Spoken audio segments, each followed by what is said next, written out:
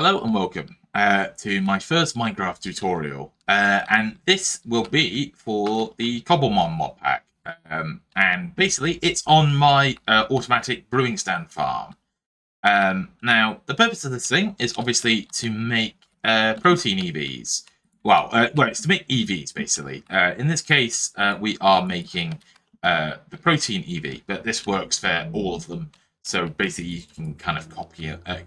Basically, you could make 6 of these in total, one for each of the EVs, and providing that you've got good enough farms and like good ways of getting massive amounts of sand and things. Basically, it's a very good and quick way to getting a bunch of your EVs that you need for your Pokemon. So let's go ahead and begin at the bottom, and then we'll kind of work our way up to the top. Now, not all of this is my design. Some of this, well, I would say it's actually quite basic in its design. It is quite basic, but for some people, it might look quite daunting. So we'll kind of go one by one here. Let's begin with the output chest then. So obviously, this is where all your protein is going to go. Facing into it is a hopper. Now, this hopper is momentarily powered by this, which basically stops stuff from being fed through here. Basically, the idea is this is a hopper filter. So up here, we've got this brewing stand, as you can see. Now, if we were to put HP ups straight into here without a hopper filter, basically all the items that are in here will be sucked straight through without being brewed. Now, to stop that, we've got this item filter. So when PP ups, which are required with Kelpsy berries to make protein, go into here. Basically, it will the PP ups will go into here, will be brewed, and then the protein will then be filtered down into here. Will then increase the number of protein in this hopper, and the increased amount of stuff will then send a strong enough signal around and will momentarily turn off this redstone torch. Now, if some of you didn't get that, here's what I'll do, is I will do a little demonstration for you. So pay attention to this redstone torch down here, because this is what's locking this hopper. So if I put 8 protein in here, look at that, it turns off. And as soon as it's back down to 18, it turns back on again. And those items have come straight back. I've gone straight into this chest. That's basically how that works. So on the left here, you've got 18 items. Then on the right, you just fill it up full of filter blocks or whatever blocks you would like in here. Basically, whatever blocks you need. Basically, any blocks that will be in here that you know won't. That doesn't need to be filtered. Next up, we have 2 chests around here feeding into this brewing stand. Now, if you wanted to, you could have 3, one for fuel. I haven't done that just because whenever I'm fueling this thing, I tend to just fill up 3 of these item hopper slots with blaze powder. So basically, we've got 2 hoppers here. We'll begin with the one on top. This is for the berries. So for the different types of EVs that you have a different berry. Basically, if you mix a certain berry with a PP up, you will get a certain type of EV. Now, next up in here, this is the chest where all of our PP ups are going to be stored and will end up being filtered through and being merged with the Kelpsy berries. Now, on the back of this chest, we have another item filter. This time, it is for the PP ups. So again, if I go here and if I was to put, let's say, 8 of these in, then as you can see, it gets filtered down into this chest, into this hopper, and into this brewing stand here. Obviously, it won't work. This thing hasn't got any fuel. But yeah, basically same concept as down here. Comparator, 2 redstone dust, a repeater down here, and a redstone torch right here, and that allows everything to be filtered through quite nicely. Once again, on here, we have 2 hoppers, one straight up, one to its left. On top is the Vivichokes. Now, to make PP ups, you require a combination of Vivichokes and medicinal brews. and they obviously merge in here. They merge in here, and then they get turned into PP ups, which then get filtered through and obviously down the system. So let's go ahead and work out how to make medicinal brews. Now, see, so obviously you have two options. You have the, so as you saw, we could make medicinal brews in a brewing stand. The alternative way to do it is actually in a cooking pot or in a campfire pot. So basically, here we've got a red campfire pot on top of a campfire. Basically, the idea is, the rule is it's one medicinal leek for one glass bottle. Now, this is quite useful. Now, if you were to look into this chest, you'll notice this chest and this chest is full of glass bottles, medicinal leeks, respectively.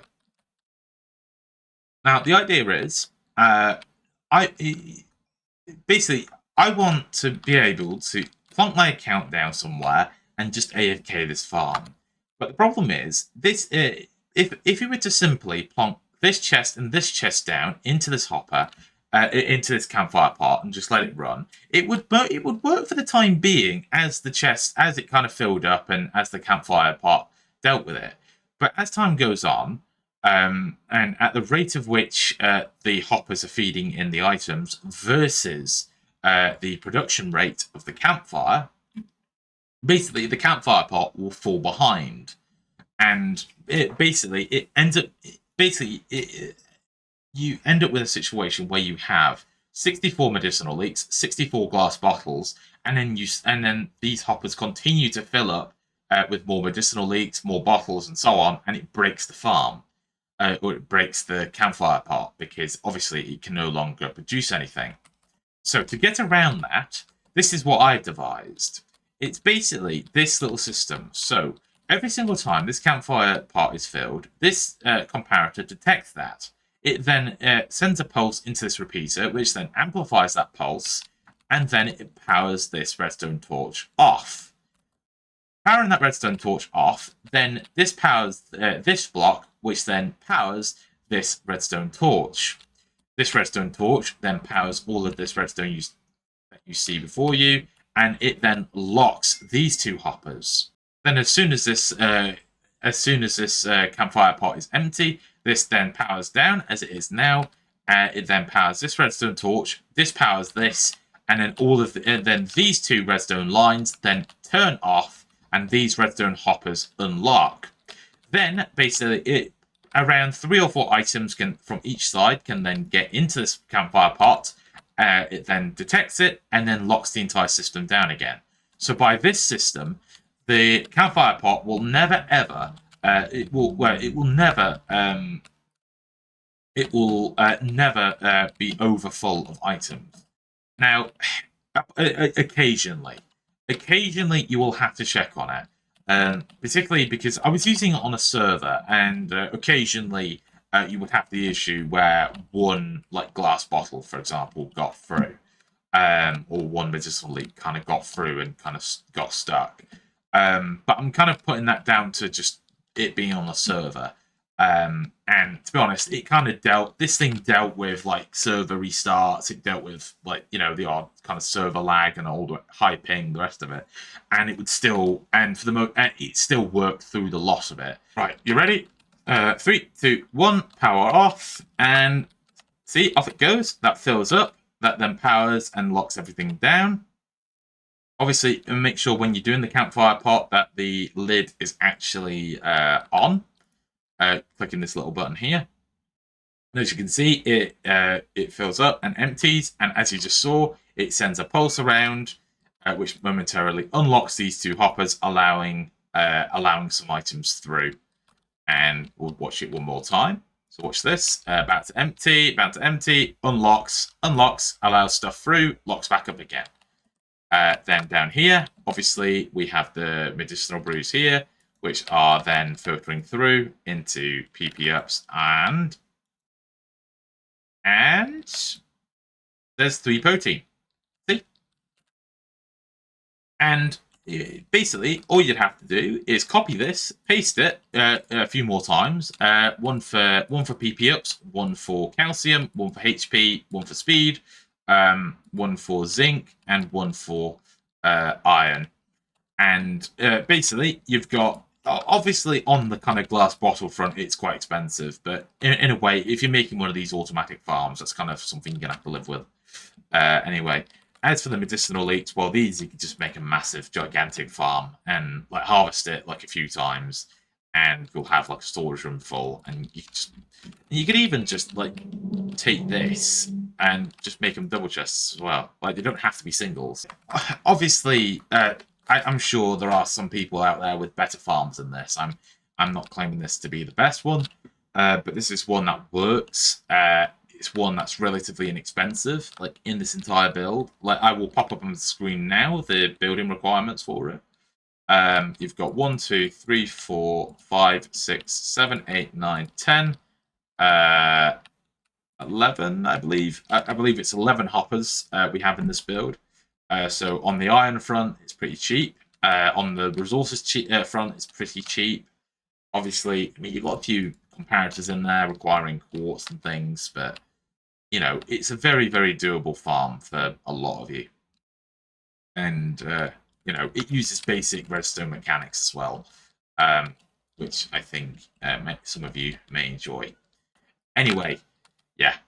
Hopefully you guys enjoyed this. I'm sure, and, you know, hopefully some of you like the design, and, yeah, I don't think I'm gonna be. I don't think redstone tutorials are gonna be my thing. I just wanted to make this one just because I went online, saw a bunch of people's designs, and are sort of like, you know, if I'm honest, I think mine's better than some of them. Not all of them, but I think it's better on the front of just, you know, it works, and it's simple, and it's, you know. It, you know, doesn't require rocket science to understand it. But anyway, until next time, I shall bid you guys farewell. Cheerio, bye.